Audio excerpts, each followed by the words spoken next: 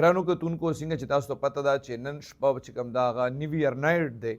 اکثر مونږ ګورو په دې نیو ایئر نایټ باندې د ملک په مختلف حصو کې په پیښور کې هوایي ډزې کیږي، ون ویلینګ کیږي. نو تاسو ته پته چې د دغه هوایي ډزو په وجه باندې څوک ناڅوک مړه کیږي. په دې کال کې دا چې کوم 2025 بېشماره داسې خلک دي چې په هغه د هوایي ډزو کې زخمیان هم شو، بېشماره داسې دي چې سره د ماشومانو چې مړه هم شو.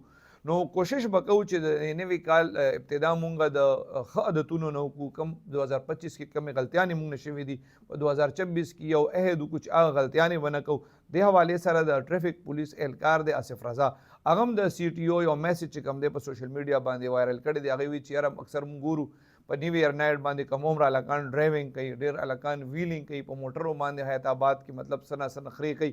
نو هغې هم پلارانو ته او دغه هلکانو ته یو میسج ټریفک والا هم کړی دی چې یاره ډېر ښه طریقې سره د نوي کال ابتدا وکړئ. او والدینو ته هم دا ویلي دي چې یاره خپلو بچو له په دې شپه باندې مه موټرسایکلې ورکوئ او مه له ګاډي ورکوئ، هسې نه چې څه داسې حادثه وشي چې بیا ټول عمر هغې خفئ. نو الله دې وکړي چې په دې ټولو خبرو باندې مونږ عمل وکړو.